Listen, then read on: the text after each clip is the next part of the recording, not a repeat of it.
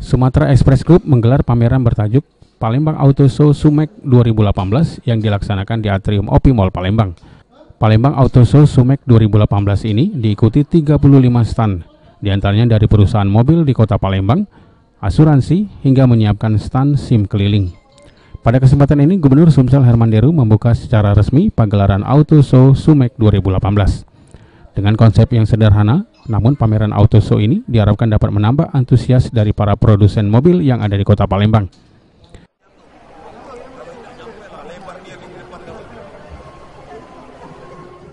Ketua Pelaksana Auto Show Sumek 2018, Edward, mengatakan kegiatan ini sudah sekian kalinya dilakukan oleh pihak Sumatera Express.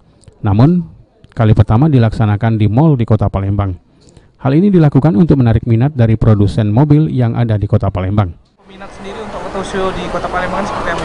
Kalau untuk peminat sendiri kan Auto Show 2018 memang kita sempat beberapa kali kita gelar di luar mall. Maka tahun ini 2018 mengapa kita pilih OPI Mall itu tadi, kita melihat segmen dari OPI Mall sendiri yang sudah sangat sering menggelar event-event otomotif, event-event yang sejenis seperti itu. Harapan kita pengunjung dan masyarakat yang ada di perbatasan kota Palembang bisa hadir langsung, bisa mendatangi langsung di OPI Mall.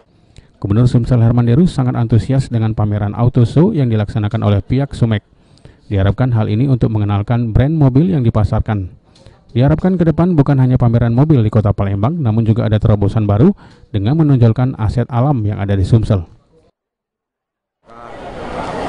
Luar biasa lah untuk Sumek. Mudah-mudahan media-media lain, utamanya Jawa Post Group, dapat mengikuti jejak ini, karena secara tidak langsung ini membantu masyarakat untuk lebih tahu secara detail tentang produk-produk yang dipamerkan. Ke depan tidak hanya otomotif, tapi bisa juga barang-barang atau hasil bumi yang dihasilkan oleh masyarakat seperti kopi, sayur-mayur, baik yang hidroponik maupun yang ditanam di alam.